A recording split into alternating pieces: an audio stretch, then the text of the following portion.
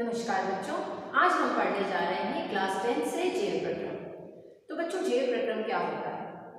ऐसी सभी क्रियाएं जो हमारी बॉडी को मेंटेन रखती हैं यानी व्यवस्थित रखती हैं और हमारी बॉडी को जिंदा में हमें जीवित रखने के लिए आवश्यक होते हैं, वो सारे प्रक्रम जो होती हैं, वो सारी क्रियाएं जो होती हैं जीव प्रक्रम कहलाती हैं। तो बच्चों, कौन सी ऐसी प्रक्रियाएं होती हैं जो हमें जीवित रखती हैं? तो उसके एग्जाम्पल्स हैं पोषण, श्वसन, परिसंचरण या वहन, उत्सर्जन। तो इस चैप्टर में हम इन सभी को पढ़ेंगे एक एक करके। तो सबसे पहले हम स्टार्ट करते हैं पोषण से। तो सबसे पहले जानते हैं कि पोषण क्या है। बच्चों, को सभी क्रियाएं जिसमें हम भोजन के द्वारा पोषक तत्व जो होता है अपनी बॉडी को प्रदान करते हैं, उसको पोषण कहते हैं। और यहाँ पे एक वर्ड आया बच्चों की पोषक तत्व। तो पोषक तत्व क्या होते हैं बच्चों? तो पोषक तत्व होते हैं प्रोटीन, कार्बोहाइड्रेट, विटामिन, मिनरल्स। ये सब पोषक तत्व जो होते हैं हमारी बॉडी को या हमें जीवित रखने के लिए बहुत ही आवश्यक होते हैं। इसके बाद जानते हैं कि पोषण कितने प्रकार से होता है। तो पोषण होता है दो प्रकार से, स्वपोषी और विषमपोषी। स्वपोषी में क्या होता है बच्चों? इसमें जीव जो होते हैं वो अपना भोजन जो होता है स्वयं बनाते हैं। वो उनके लिए वो किस चीज का यूज करते हैं? तो वो होते हैं सरल अकार्बनिक पदार्थ जैसे कि पानी और कार्बन डाइऑक्साइड। इससे मिलकर वो अपना जो होता है भोजन बनाते हैं स्वयं। इसके लिए उनको सूर्य के प्रकाश की उपस्थिति जो होती है अनिवार्य होती है। एग्जाम्पल देख सकते हैं बच्चों, हरे पौधे।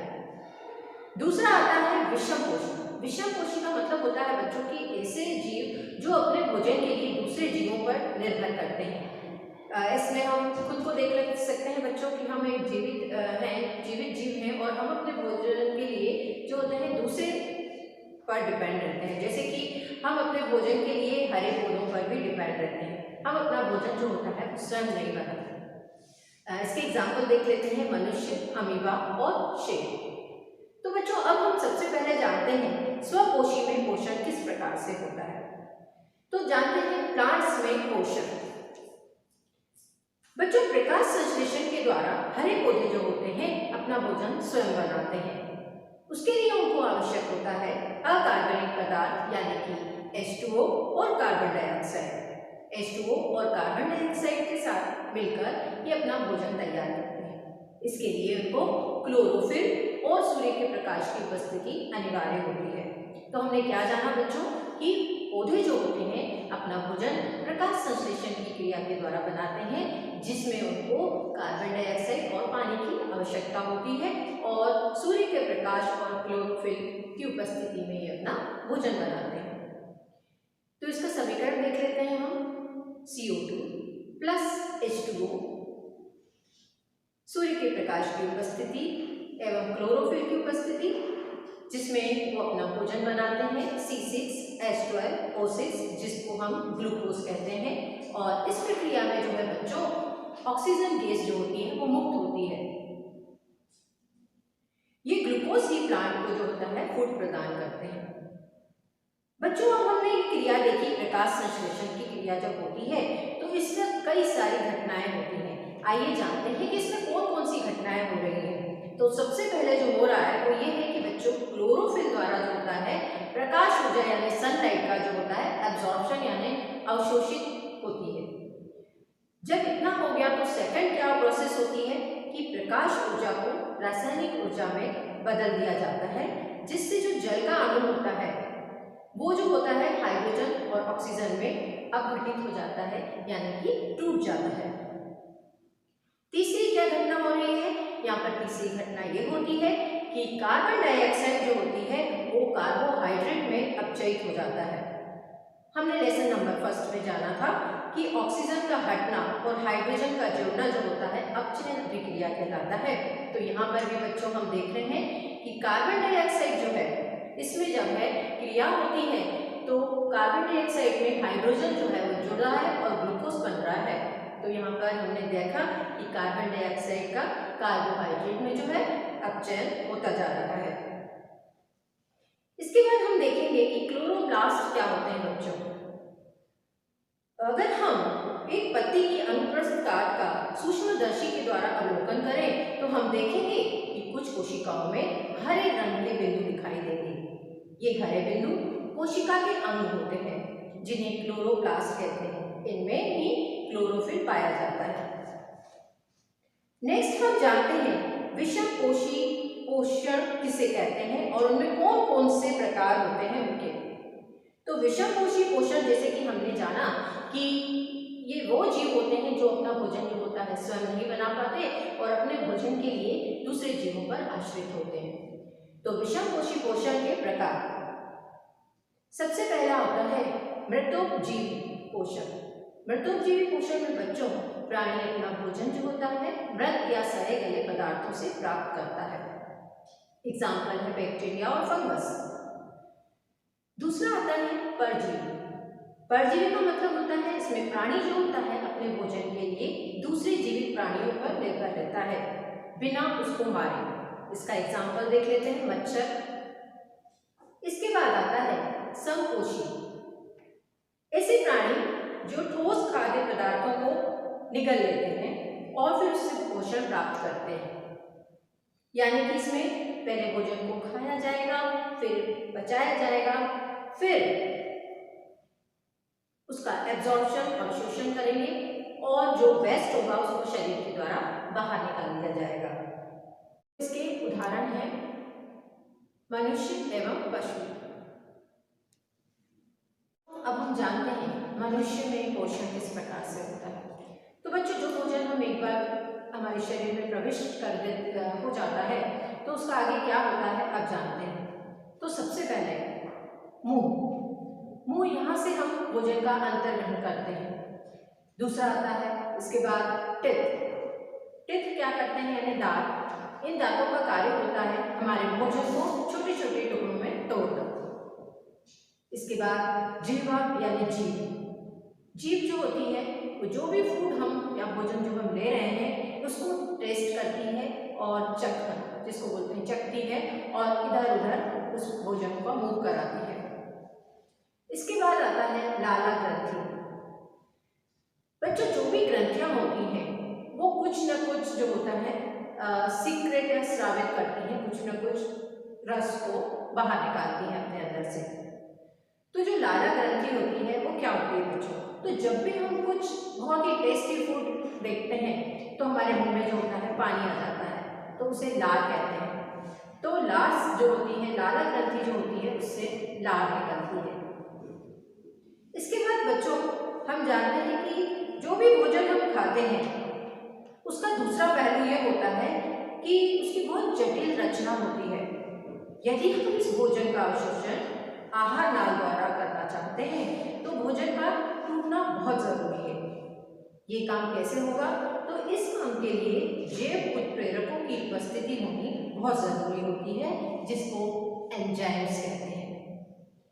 इसी प्रकार लार में भी बच्चों एक एंजाइम होता है जिसे लार एमिलेज कहते हैं।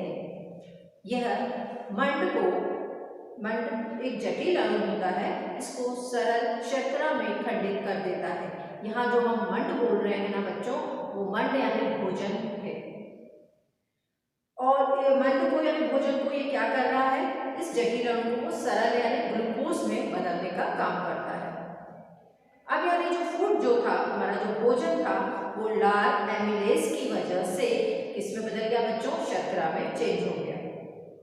ये सभी प्रोसेस अभी हम जो सुने वो सब कहाँ हो रही है बच्चों, वो सब हमारे मुंह के अंदर हो रही है।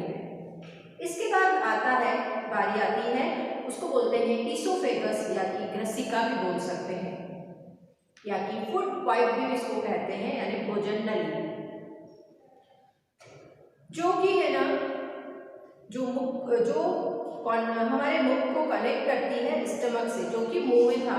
जो भी कोई चीज़ हमारे मुंह में थी वो जाके अब कहाँ मिलेगी, हमारे स्टमक में जाकर वो सब फूड जो होगा वहाँ जाकर मिलेगा। यहाँ पर ये किस प्रकार से होता है, यहाँ पर जो होता है भोजन जो होता है क्रमानुपंचक गति करता है और जाकर आमाशय में जाकर मिलता है। तो मुंह से आमाशय तक ईसोफेगस द्वारा फूड को जो होता है यहाँ पर पहुँचा दिया जाता है। इसके बाद बारी आती है बच्चों, अब हमारा भोजन कहाँ जाता है। इसके बाद हमारा भोजन जो होता है वो आमाशय में पहुंच जाता है। आमाशय क्या है, एक बृहद अंग है, बहुत बड़ा अंग होता है जो भोजन के आने पर जो बच्चों फैल जाता है।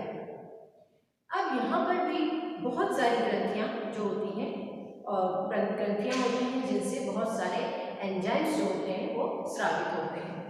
तो सबसे पहले गैस्ट्रिक ग्रंथि यानी जठर ग्रंथियाँ जो कि जठर रस को स्रावित करती है।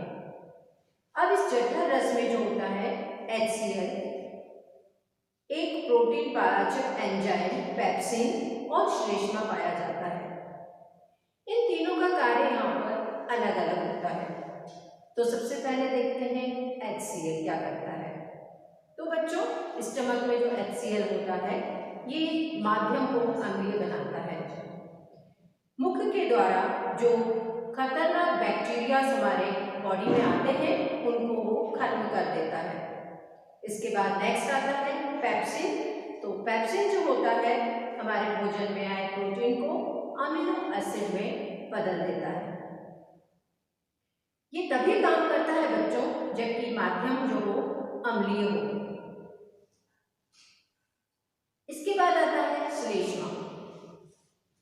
आमाशय की आंतरिक दीवारों पर जो होता है उसकी सुरक्षा के लिए जो होता है श्लेष्मा पाया जाता है, जो कि उनकी दीवारों को जो होता है सुरक्षित रखता है, अम्ल से उनको जलने से बचाता है। आमाशय के बाद हमारा भोजन जो होता है वो पहुंच जाता है छोटी आंत में। अब आमाशय से भोजन जो है क्षुधांत्र यानी छोटी आंत में प्रवेश करता है। यहाँ पर भोजन का पूर्ण पाचन हो जाता है। यह आहार नाल का सबसे लंबा और कुंडलित भाग होता है। भोजन जो होता है अब यहाँ पर पहुंच जाता है लीवर में। अब लीवर क्या है? लीवर जो होता है दो चीजें बनाता है। लीवर जो होता है वो दो चीजें बनाता है, पित्तरस और पित्त लवण। पित्तरस जो होता है आमाशय से आने वाले अम्ल को क्षारीय बना देता है। जो भी भोजन में अम्ल होता है उसको वो क्षारीय बना देता है। यह कार्य पित्तरस द्वारा किया जाता है। इसके बाद पित्त लवण छोटी आंत में जो वसा होती है उसको वसा जो होती है बड़ी बड़ी गोलिकाओं के रूप में होती है। उन गोलिकाओं को पित्त लवण जो होता है खंडित करने का यानी तोड़ने का काम करता है। इसको इमल्सीकरण भी कहते हैं। अब आती है बारी अग्नाशय की। अग्नाशय में अग्नाशयी रस जो होते हैं वो होते हैं, दो होते हैं, ट्रिप्सिन और लाइपेज नामक एंजाइम जो होते हैं वो स्रावित होते हैं। तो सबसे पहले जो ट्रिप्सिन होता है वो पेप्सिन के समान कार्य करता है और प्रोटीन को एमिनो एसिड में बदल देता है। इसके बाद जो लाइपेज होता है अग्नाशय में वो इमल्सीकृत वसा को तोड़ देता है और उसको फैटी एसिड और ग्लिसरॉल में चेंज कर देता है। बच्चों, जैसे कि हमने देखा था कि मुख में जो होता है स्टार्च जो था वो शुगर में चेंज हो जाता है सेलाइवरी एमेलेज की वजह से। इसी प्रकार हमने देखा जो वसा था वो वसी अम्ल में चेंज हो रहा था स्मॉल इंटेस्टाइन में, छोटी आंत में। इसी प्रकार हमने देखा था कि प्रोटीन जो है वो अमीनो एसिड में बदल रहा था हमारे स्टमक में यानी हमारी आमाशय में। अब बच्चों हमारा भोजन पहुंच जाएगा हमारी सेल्स में यानी सारी कोशिकाओं में पहुंचा दिया जाएगा। बट वो कैसे जाएगा तो उसके लिए भी प्रोसेस होती है। बच्चों, क्या होता है कि स्मॉल इंटेस्टाइन में एक उंगली के समान जो होते हैं कई सारे प्रवर्ध होते हैं जिनको बोलते हैं वेली या फिर उसको दीर्घरोम भी कहते हैं। ये भोजन के अवशोषण के सतही क्षेत्र को जो होता है वो बढ़ाने का कार्य करते हैं और उसके बाद उसको रुधिर वाहिकाओं तक पहुंचा दिया जाता है हमारे भोजन को। और वहां से जो हमारा ब्लड होता है वो हमारे भोजन को सभी सेल्स तक पहुंचा देता है। तो बच्चों, आप क्या सोचते हैं, क्या यहाँ पर हमारा 100% डाइजेशन हो गया है फूड का और पूरा 100% उससे हमें लाभ मिल रहा है और 100% पूरा डाइजेशन हो गया? तो ऐसा नहीं होता। क्या होता है बच्चों कि इसमें कई वेस्ट भी होता है, वेस्ट मटेरियल्स भी होते हैं। तो जितना भी हमारा अवशोषण होना होता है वो छोटी आंत में हो जाने के बाद जो बिना बचा हुआ भोजन जो होता है वो बृहदांत्र में जो होता है पहुंचा दिया जाता है। यहाँ पर जो होता है दीर्घरोम जो होते हैं इसमें से जल का अवशोषण कर लेते हैं और अन्य पदार्थ जो होते हैं वो गुदा द्वारा शरीर से बाहर निकाल दिए जाते हैं। तो बच्चों इस प्रकार से हमने देखा कि किस प्रकार भोजन का मनुष्य में जो होता है पोषण किस प्रकार से होता है। तो बच्चों अब पढ़ते हैं श्वसन के बारे में। तो अगर मैं कहूँ बच्चों श्वसन क्या होता है तो आप कहेंगे सांस लेना। तो बच्चों श्वसन में सिर्फ इतना ही नहीं होता कि हम सिर्फ सांस लेते हैं। तो श्वसन क्या होता है? तो श्वसन ऐसी क्रियाएं जिसमें ग्लूकोज और ऑक्सीजन जो होता है मिलकर जीवों की कोशिका के लिए एनर्जी बनाते हैं, यानी एनर्जी का या ऊर्जा का निर्माण करते हैं। तो हमने क्या जाना कि ग्लूकोज और ऑक्सीजन जो होते हैं यानी भोजन, ग्लूकोज और ऑक्सीजन क्या है? हमारा भोजन है। ग्लूकोज और ऑक्सीजन जो होता है इनके मिलने से एनर्जी का निर्माण होता है। इसमें जीवों का जो है सांस लेना भी शामिल है, क्योंकि जब हम सांस लेंगे तभी हमारे शरीर में जो है ऑक्सीजन आएगी। तो अब देखेंगे श्वसन जो होता है वो दो टाइप का होता है, ऑक्सी और अनऑक्सी। तो ऑक्सी श्वसन क्या होता है बच्चों? ऑक्सी श्वसन जो होता है वो प्रोसेस होती है जिसमें ऑक्सीजन की उपस्थिति में एनर्जी का निर्माण होता है, और अनऑक्सी श्वसन वो होता है जिसमें ऊर्जा का निर्माण या उत्पादन जो होता है ऑक्सीजन की अनुपस्थिति में होता है, या तो फिर ऑक्सीजन की वहाँ कमी होती है, तो अनऑक्सी श्वसन होता है। अब इसके कुछ एग्जाम्पल्स देख लेते हैं बच्चों। हमारा जो भोजन होता है उसको ग्लूकोज कहते हैं बच्चों। ग्लूकोज यानी C6H12O6, ये क्या है? हमारा भोजन। जब ये हमारे सेल्स में जाता है तो वहाँ सेल्स में साइटोप्लाज्म होता है। साइटोप्लाज्म होने की वजह से सेल में जो हमारा ग्लूकोज होता है वो बदल जाता है पायरूवेट में। पायरूवेट का फॉर्मूला होता है बच्चों C3H4O3। तो बच्चों अब हम देखते हैं कि पायरूवेट में जब ऑक्सीजन की अनुपस्थिति होती है तो किस किस चीज़ का निर्माण होता है, पायरूवेट जो होता है किस किन चीज़ों में टूट जाता है। तो सबसे पहले देखते हैं, जब पायरूवेट जो होता है, पायरूवेट में ऑक्सीजन की अनुपस्थिति होती है तो इथेनॉल प्लस कार्बन डाइऑक्साइड और एनर्जी का निर्माण होता है। एथेनॉल माने C2H5OH। इसके एग्जाम्पल्स देख लेते हैं बच्चों। तो इसके एग्जाम्पल्स हैं, ऐसा कहाँ होता है? तो ईस्ट में होता है। ईस्ट क्या होते हैं? ये सिंगल सेल होते हैं बच्चों, जो कि फंगस फैमिली से बिलोंग करते हैं। इसके द्वारा हम ईस्ट के द्वारा ब्रेड और केक का निर्माण होता है। इसके बाद हम देखते हैं, अगर पायरूवेट में ऑक्सीजन का जो है अभाव हो जाए तो पायरूवेट जो होता है वो किन किन चीज़ों में टूटता है? तो लैक्टिक एसिड में टूट जाता है वो, और एनर्जी का निर्माण होता है। यानी हमने क्या देखा कि पायरूवेट में जब ऑक्सीजन का अभाव हो रहा है तो लैक्टिक एसिड यानी C3H6O3 और एनर्जी का निर्माण हो रहा है। इसके एग्जाम्पल्स देख लेते हैं। ये कहाँ कहाँ होता है बच्चों? तो ये होता है हमारी मसल सेल्स में। यानी कि जब हम बहुत ज़्यादा हार्ड वर्क कर लेते हैं तो क्या होता है, हम खूब जल्दी जल्दी जो होते हैं सांस लेते हैं और छोड़ते हैं। तो इस वजह से क्या होता है, क्यों होता है ये? क्योंकि हमारे शरीर में जो होता है ऑक्सीजन की कमी हो रही है। तो हमने अभी क्या देखा, पायरूवेट में ऑक्सीजन की जब कमी हो जाती है तो लैक्टिक एसिड का जो होता है निर्माण होता है।